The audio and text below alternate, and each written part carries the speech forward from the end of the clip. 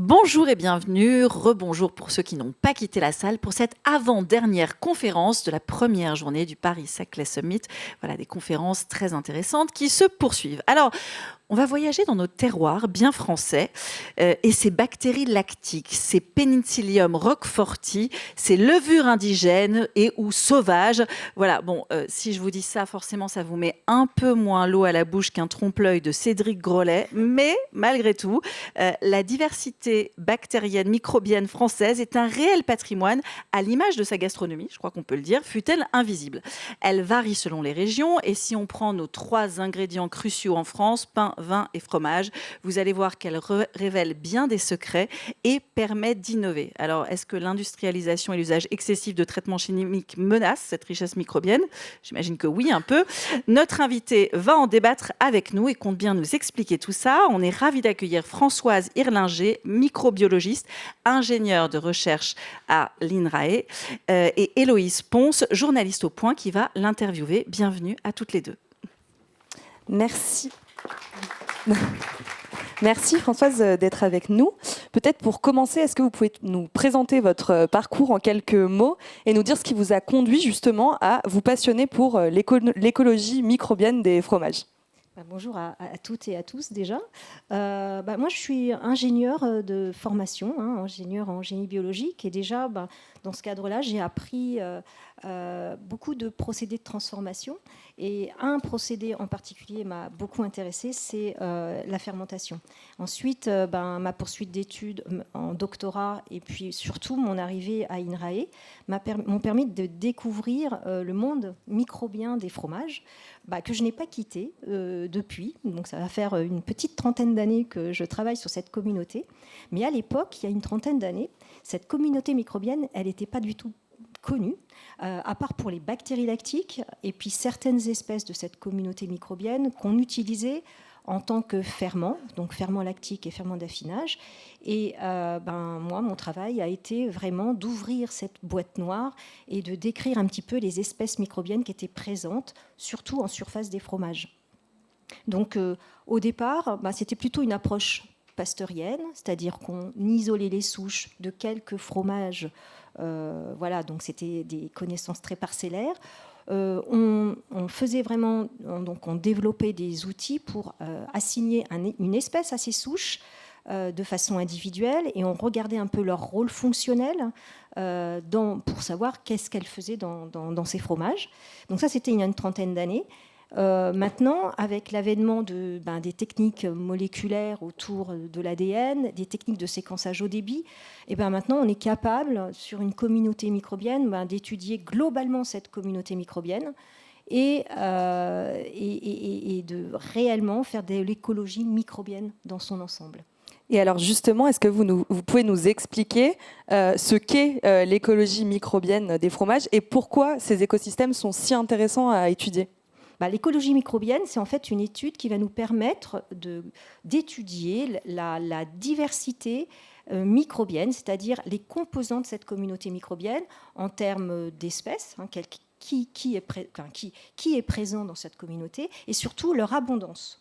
Ensuite, on va essayer de regarder comment elles interagissent les unes par rapport aux autres. Donc, on va étudier les interactions, les compétitions, comment elles collaborent, et surtout au sein de leur environnement, autour de l'aliment, ou en tout cas des ingrédients sur lesquels elles poussent.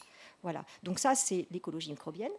Le deuxième point, pourquoi c'est intéressant de travailler sur ces écosystèmes microbiens fromagers ? Parce qu'en fait, on peut déjà acquérir vraiment des connaissances génériques sur cet écosystème, parce que déjà, cette communauté microbienne, elle est très dense. Elle peut dépasser le milliard de cellules par gramme de fromage, donc c'est assez facile d'extraire leur ADN, puisqu'elles sont de forte concentration. Ensuite, c'est on va dire 80% des espèces que l'on décrit dans cette communauté, ces espèces sont cultivables, donc facilement manipulables dans un laboratoire, et donc on peut les travailler, les étudier dans un laboratoire et émettre des hypothèses et répondre à ces hypothèses, puisque c'est assez facile à mettre en œuvre. Ensuite, le fromage, la matière laitière, la matière première, c'est le lait. Et donc le lait, c'est facilement, on l'obtient assez facilement. Donc on peut faire des petits modèles fromagers qui permettent aussi de répondre à des hypothèses, à des questions à l'échelle laboratoire. Et ça nous permet aussi de comprendre un peu comment sont les interactions microbiennes, les phénomènes de pigmentation et par exemple la production d'arômes. Super. Quels sont, selon vous, donc ce que vous étudiez, les principaux micro-organismes qui sont impliqués justement dans la fabrication des fromages, et en quoi on peut expliquer comment ils influencent la texture, le goût et même l'apparence en fait des fromages? Alors, au cours d'un cycle de production, il va y avoir des bactéries, des levures, des moisissures. Bon, ça va varier en fonction des familles technologiques, des techniques qu'on va employer. Mais généralement, c'est des bactéries, des levures et des moisissures qui, en fait, vont s'implanter dans le fromage par vagues successives en fonction de la transformation de la matière première. On part du lait, et ce lait, en fait, il est très riche en nutriments, avec des macromolécules comme la caséine, la matière grasse. Il y a un sucre qui est le lactose, et donc ces micro-organismes vont être là pour évoluer et consommer ces nutriments. Donc, dans un premier temps, vous allez avoir les bactéries lactiques qui vont arriver et qui vont coloniser le lait, et qui, leur fonction, c'est d'acidifier le lait. Elles vont utiliser le lactose et produire de l'acide lactique. Et en faisant cette acidification, va provoquer en fait la coagulation du lait. Et donc, on va obtenir en fin d'acidification un joli petit caillé frais acide. Le deuxième groupe microbien qui va se développer, ça va être plutôt des levures, des moisissures, des champignons, en fonction encore de la technologie. En fait, le rôle de ce deuxième groupe fongique, c'est eux ne sont pas sensibles à l'acidité du milieu, donc ils peuvent coloniser le caillé. Ils vont utiliser le lactate, ils vont commencer à dégrader la caséine, donc la texture va commencer à devenir un peu plus souple. Et ils vont permettre une neutralisation de la pâte en consommant le lactate. Troisième groupe qui va arriver plutôt en milieu, fin d'affinage, ce sont les bactéries qui sont sensibles à l'acidité, puisque avec l'action des levures et des moisissures, la pâte va être neutralisée, donc elle ne sera plus acide. Et donc, ces bactéries vont pouvoir se développer et elles vont plutôt consommer le lactate et puis les produits de dégradation des autres micro-organismes. Et c'est eux qui vont plutôt développer des précurseurs d'arômes, la pigmentation et donner en fait, le fromage affiné en fin d'affinage. Et alors, vous en avez parlé très rapidement au début de l'entretien, mais quelles techniques, quels outils vous utilisez pour analyser tous ces processus? Alors, au niveau des processus pour suivre les arômes, par exemple, en fait, c'est des techniques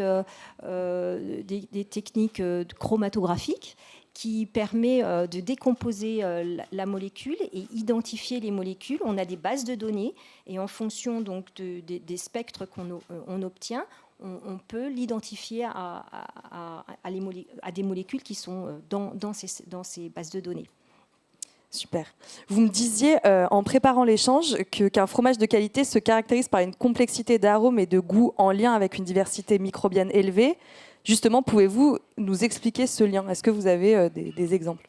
Alors, déjà, l'arôme fromager, produire un arôme fromager, c'est quand même relativement complexe.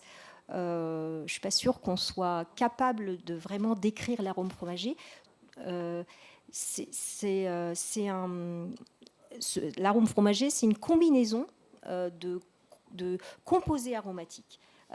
issus de différentes familles aromatiques. Il peut y avoir des esters, des composés volatiles soufrés, des aldéhydes, des alcools, des cétones. Et toute cette combinaison fait l'arôme fromager. Donc déjà, il y a une complexité autour de cet arôme fromager.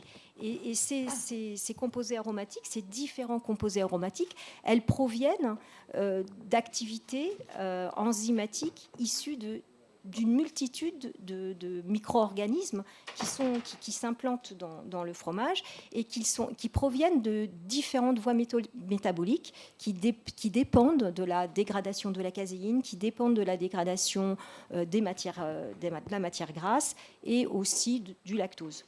Donc plus une communauté est complexe, plus elle aura des fonctionnalités complexes, des activités enzymatiques nombreuses, et plus l'arôme fromager sera complexe. Et c'est ça qui intéresse généralement le consommateur averti, en fait.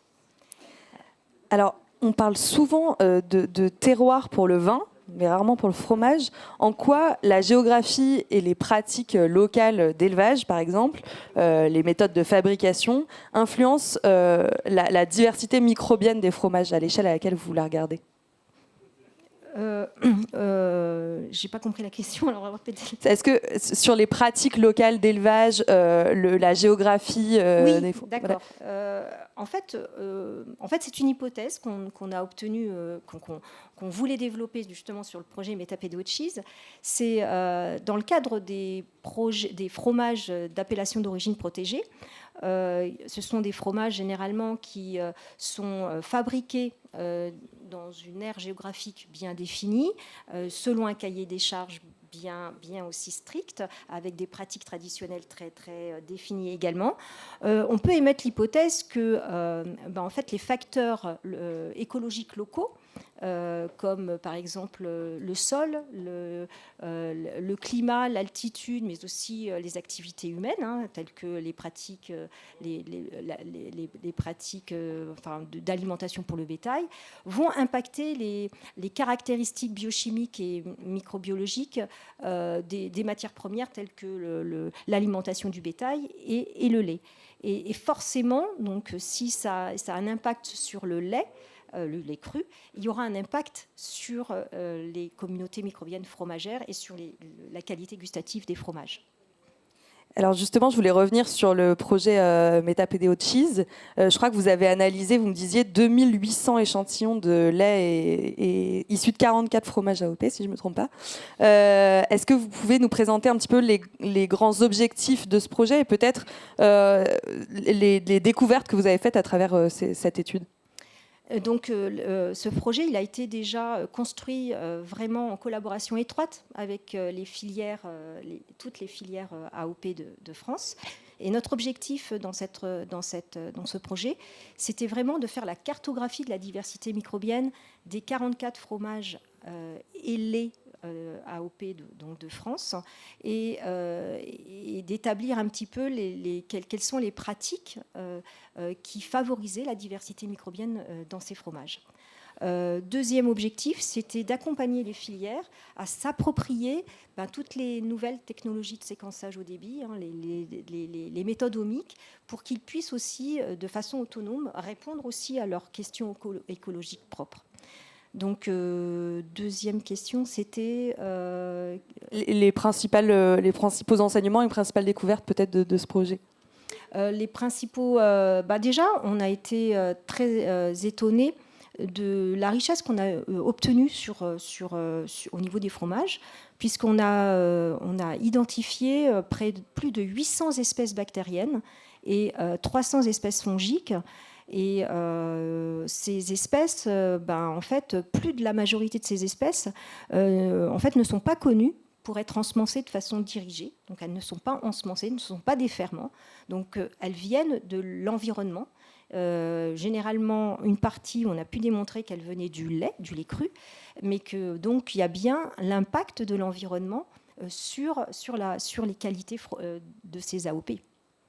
Oui, bien sûr. On va en reparler, mais juste avant, je voulais rebondir sur justement le travail que vous avez fait avec les producteurs. Est-ce que les données que vous avez récoltées peuvent être utilisées pour aider les producteurs eux-mêmes, à la fois dans leur pratique, mais aussi pour la préservation de la qualité et de la diversité microbienne de leur fromage? Et si oui, comment ils peuvent s'en servir?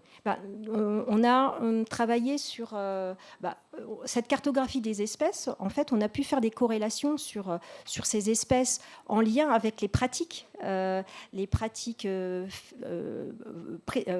qui étaient informées. Donc, on avait des métadatas sur tous les échantillons et on a pu faire des corrélations. Et on a pu montrer, par exemple, que l'utilisation du bois en fait, était source d'enrichissement en termes de diversité microbienne sur les fromages. Par exemple, il y a une AOP qui utilise des gerles en bois au niveau de la maturation du lait lorsque le lait est collecté, et on a pu montrer en fait que ce lait était vraiment enrichi en bactéries lactiques par rapport à d'autres pratiques. Donc c'est vraiment très intéressant là-dessus, de montrer qu'une pratique avec l'utilisation du bois, ça enrichit la diversité microbienne. C'est pareil aussi à l'échelle de l'affinage pour ce qui est des planches en bois également. Donc ça vous permet de faire peut-être ce type de recommandation, en tout cas de valider les pratiques. Je ne fais pas de recommandations. Moi, je suis là pour donner des résultats, montrer des corrélations, et après aux filières de s'emparer un petit peu des résultats. Et voilà. Ces données, en fait, on a des métadonnées et un jeu de données très très précieux. Cette cartographie d'espèces microbiennes, je pense qu'elle va être utilisée à moyen terme par les filières comme référentiel, par exemple. Ça va être un référentiel sur lequel ils peuvent s'appuyer pour peut-être imaginer d'autres manières de gérer les ressources microbiennes, surtout dans le cadre des changements climatiques. Et ça, c'est un référentiel précieux. Et alors justement sur le changement climatique, est-ce qu'on observe, alors je sais que ce n'est pas précisément votre sujet de recherche, que dans votre équipe vous travaillez néanmoins là-dessus, est-ce qu'on voit déjà un impact visible sur les communautés des microbiennes des fromages et par conséquent du coup sur leur qualité gustative? Alors, on observe depuis quelques années le changement climatique. Là, c'est déjà parce qu'il y a des épisodes de chaleur et de sécheresse dans les périodes estivales. Et ça impacte bien sûr la quantité et la qualité de pâturage que peuvent bénéficier donc le bétail. Et forcément, les éleveurs doivent trouver d'autres alternatives pour alimenter le bétail. Donc là, en fait, donc il y a plusieurs recherches actuelles là-dessus. Est-ce qu'on va utiliser du fourrage, du foin et de l'ensilage? Forcément, le choix de cette alimentation va impacter la richesse microbienne au niveau des laits, la composition aussi de ces laits, et forcément sur les qualités gustatives des fromages, forcément. Et alors, il y a déjà des recherches de solutions qui sont... Je ne pourrais pas vous donner de réponse claire là-dessus, parce que justement l'enjeu des projets de recherche actuels, c'est maintenant. En fait, c'est des projets qui sont qui viennent d'être déposés ou qui sont en cours de construction. En tout cas, chercheurs et aussi éleveurs travaillent ensemble pour essayer de trouver des alternatives par exemple, à trouver des fourrages avec des variétés qui soient plus résistantes à la sécheresse et qui seraient pâturées, la possibilité d'être pâturées, mais il faudrait là étudier également l'impact de ces pâturages sur justement la composition des laits, sur la communauté microbienne de ces laits et aussi la qualité gustative. Donc là, il y a des études à faire et je n'ai pas de réponse à vous donner là, malheureusement. Et alors, vous m'en parliez un peu sur les questions du bois qui pouvaient enrichir la diversité microbienne de certains des fromages, en fait. On voit que quand même les contraintes sanitaires qui sont primordiales, évidemment, mais elles sont aussi source d'une perte de diversité microbienne qui est chère donc, à la production de fromage. Est-ce que vous pouvez un peu nous expliquer tout ça et puis nous dire un peu comment on peut arbitrer entre justement respect des normes, préservation de la diversité microbienne des fromages et de leur qualité? On sait que dans un environnement, il y a des micro-organismes. Voilà, donc le mieux pour lutter contre l'arrivée de pathogènes, c'est peut-être de favoriser une communauté microbienne technologique, par exemple dans le domaine au niveau de la ferme ou de l'usine de la fabrication, ce serait de permettre et de favoriser cette communauté microbienne technologique dans l'environnement qui pourrait aussi jouer un rôle barrière contre les pathogènes. Si on utilise des systèmes de nettoyage un peu trop drastiques, en utilisant des biocides pour nettoyer les surfaces, au niveau des équipements, même au niveau de la peau, des trayons de la mamelle, forcément, cette source de diversité qui est très importante pour le lait cru et pour les fromages, ça va être une baisse de la diversité, forcément. Donc, la contrainte, c'est de toujours imaginer des solutions de nettoyage qui assurent la propreté des surfaces, la propreté des trayons, par exemple, mais qui ne soient pas drastiques, ou en tout cas qui tueraient qui tuerait les pathogènes, mais qui tuerait la communauté technologique. Et donc, il y a des solutions très simples. Je vous donne un exemple, par exemple, sur le nettoyage des trayons. Il y a certains éleveurs qui utilisent, par exemple, la laine de bois, qui est en fait un nettoyage à sec qui enlève toutes les salissures du trayon, mais qui va préserver toute la communauté microbienne qu'il y a autour du trayon et dont on sait que c'est un réservoir de diversité pour le lait cru. Donc c'est en réfléchissant de façon intelligente qu'on arrive à maintenir ces communautés barrières et empêcher justement l'arrivée de ces pathogènes. Et c'est vrai que quand on préparait cet échange et que je vous demandais des exemples d'un bon juste milieu, entre guillemets, vous me disiez aussi que, en fait, on peut aussi s'inspirer de pratiques anciennes qui existaient déjà, notamment, il me semble, alors vous me dites si je me trompe, mais que vous me parliez d'un chiffon propre pour nettoyer les pies. Voilà, c'était le chiffon propre ou la laine de bois c'est du bon sens. Bien sûr, il faut bien sûr que l'animal soit sain. On ne fait pas ça avec des mammites, là, non. Mais généralement, un bon nettoyage, garder les voilà, il ne faut pas utiliser des biocides à outrance parce que voilà, la nature a horreur du vide. Si on élimine tout, forcément, d'autres micro-organismes vont s'implanter et ce n'est pas forcément les meilleurs qui s'implantent. Voilà. Alors, sur l'avenir, les prochains grands défis à aborder, à élucider dans votre domaine de recherche, alors j'imagine qu'il y a beaucoup de travaux qui sont liés justement au changement climatique, à ce dont on parlait. Est-ce que vous pouvez nous faire un point sur les grands sujets qui animent votre...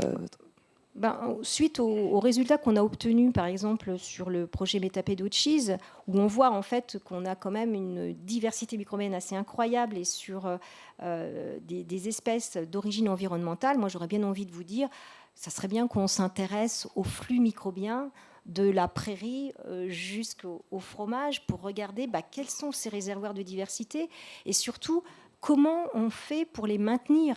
Il faut surtout les préserver. Donc voilà, et ça, je pense que ça, c'est un sujet en soi. Qu'est-ce que je pourrais vous donner comme autre... Alors, juste sur ce sujet, c'est déjà en cours et comment on cherche à étudier ça? Il y a des projets là-dessus, justement, en parallèle avec, justement, imaginer d'autres fourrages. Voilà, c'est une approche systémique où on verrait la diversité microbienne de la prairie jusqu'au fromage. Ça, c'est des choses qui sont très, très dures, hein, complexes à mettre en place. Mais je pense qu'il faut prendre le temps d'étudier ça de façon systémique et de façon transversale entre différents réservoirs. Donc, je pense que c'est important. Alors, une autre question qui, je sais, peut faire un peu débat, mais en tout cas, qui est une constante du summit de ces 2 jours, c'est est-ce que vous utilisez l'intelligence artificielle dans vos recherches déjà aujourd'hui ? Alors, dans nos recherches en tant que microbiologiste et écologiste, non, je n'utilise pas l'intelligence artificielle. J'aimerais bien l'utiliser d'ailleurs parce que je pense que c'est un outil qui est très très prometteur. Par contre, moi je pense qu'on n'est pas encore prêt d'utiliser l'intelligence artificielle, d'une part parce que pour qu'elle soit, on va dire, efficace, hein, qu'elle prédise de façon correcte, il faut qu'elle s'appuie sur des bases de données. Des bases de données, alors pour mon métier, hein, pour ce que mon domaine de compétences, ce serait des bases de données où il y aurait des génomes. Il faudrait que cette base de données elle soit déjà complète en termes de génome. Dans mon projet, j'ai découvert, on a pu détecter 800 espèces uniquement sur le domaine de la surface, sur les fromages. Je ne pense pas que tous les génomes soient présents dans cette base de données. Je sais que même si les génomes sont dans cette base de données, je sais pertinemment que les séquences protéiques sur lesquelles s'appuie cette IA, elles ne sont pas très bien annotées. Donc les voies métaboliques ne sont pas complètes. Donc pour l'instant, je pense que les prédictions là, ne seraient pas très, très justes. Donc dans un premier temps, il faudrait que les bases de données soient enrichies, que les voies métaboliques soient bien décrites, que les séquences soient bien annotées, et peut-être que ça marcherait, mais pour l'instant, moi j'ai des doutes. Voilà. Il faudrait aussi vraiment travailler sur les modèles de prédiction pour qu'ils prennent en compte toute la complexité des interactions microbiennes, par exemple tout ce qui est la compétition, la collaboration d'interactions, pour bien comprendre et bien expliquer ces interactions entre ces micro-organismes. Donc là encore, je crois qu'il y a du travail aussi. Oui, bien sûr. Il ne faut pas que cette recherche, ces résultats se basent sur des bases de données justement biaisées, incomplètes, etc. Là, ça nécessiterait de notre part qu'on vérifie par des expérimentations. Voilà, je pense que là, ça serait important et nécessaire. Donc le chercheur a encore du travail devant lui. Il ne va pas être tout de suite. Un petit peu quand même. Est-ce que quand même ça change déjà votre manière de faire la recherche ? Est-ce que dans certains pans de votre vie de chercheuse au quotidien ? Je pense que oui, parce qu'on a trouvé. Je pense que ça sera un super outil. Mais on sait qu'il y a des failles, on sait où sont les failles. Il faudrait travailler et mettre les moyens pour que justement ces bases de données soient complètement enrichies. Donc oui, je suis assez confiante quand même. Mais ça serait peut-être. Je pense pas que ça soit dans les 2 prochaines années, parce que sinon, alors là, il faudrait vraiment des financements de chercheurs, n'est-ce pas, pour travailler sur ces manques. Bon, alors, vous ne vouliez pas en parler, mais peut-être sur les financements, dans votre secteur versus l'IA, le quantique dont on parle beaucoup, vous êtes vous vous sentez un peu lésé ? Non, je vais pas dire. On a quand même des financements, par exemple Ferment du Futur, sur justement tout ce qui est autour de la fermentation. Donc on n'est pas lésé. Je pense que sur des connaissances déjà acquises sur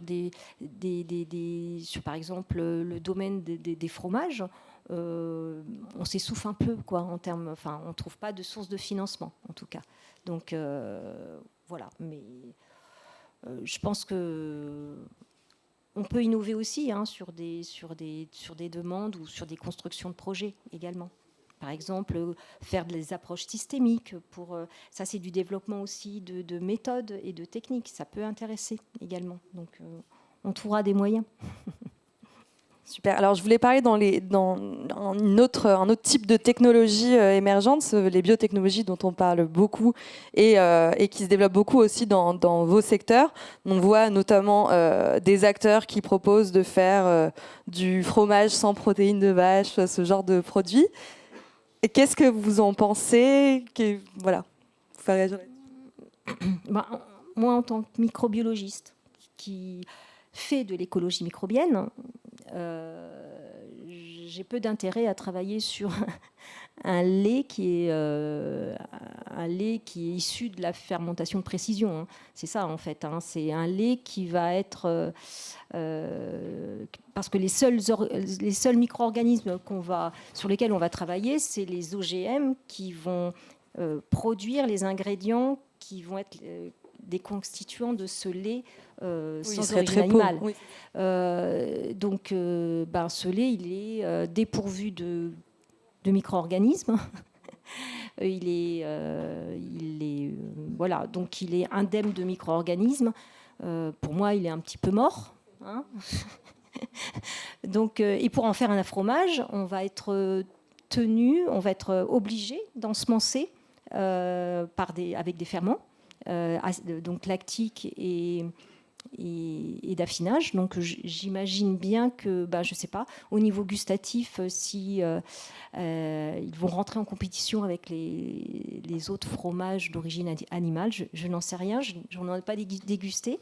Vous, alors, donc là j'ai eu la réponse de la microbiologiste et la consommatrice de fromage, qu'est-ce qu'elle en pense de... Je sais pas, mais je pense que il faudra déguster, mais je pense que j'ai passé peut-être 20 minutes, 30 minutes à vous expliquer la complexité de ces communautés microbiennes, donc j'imagine qu'une dizaine de ferments ne permettra pas de rentrer en compétition sur les qualités gustatives d'un fromage AOP, par exemple. Voilà.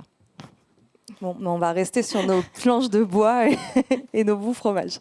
Merci beaucoup, Françoise. Peut-être qu'on peut passer la parole au public. Pour les questions.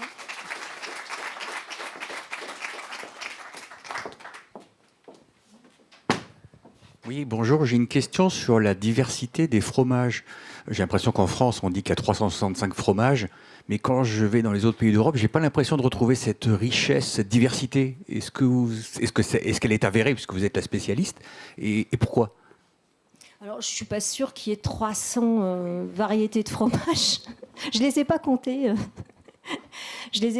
Mais oui, je pense que on est une région à fromage et on a beaucoup d'imagination de technologie, en fait.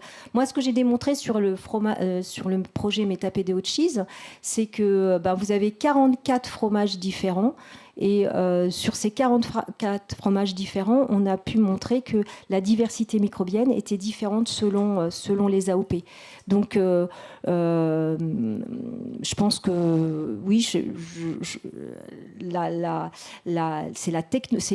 pratique humaine, c'est aussi, tout ce qui est la technologie fromagère, elle dépend de tellement de facteurs en fait, qui va au niveau de la coagulation, au niveau du pressage du fromage, au niveau des communautés microbiennes qui vont être favorisées, qu'on peut avoir à partir d'une seule matière première une diversité de fromages en effet. Ouais. Ça peut être possible.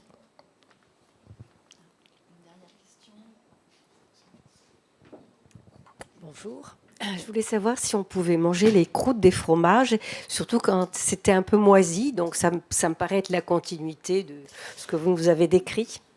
Alors, pour pour des personnes immunodéprimées, je ne sais pas. Mais en tout cas, pour une personne saine, oui. Il faut dire que dans la croûte, vous avez une quantité assez phénoménale de concentration microbienne. Rien que dans le comté, par exemple, vous pouvez avoir 10 milliards de cellules par gramme de croûte. Donc, pour vous montrer la concentration microbienne qu'on peut avoir. Et donc, forcément, ça a un intérêt au niveau du tractus aussi digestif, hein, puisque là, ces concentrations arrivent aussi au niveau de votre microbiote. Donc, ça peut aussi être intéressant là-dessus. Mais donc, moi, je reste dans le sens où, je veux dire, il n'y a pas de problème si le fromage est indemne de pathogènes. Voilà. Donc... Merci beaucoup. Je vais vous inviter à poursuivre les échanges dans le hall parce qu'on doit installer notre dernière table ronde, navrée, autour d'une planche de fromage peut-être et d'un apéro. Merci.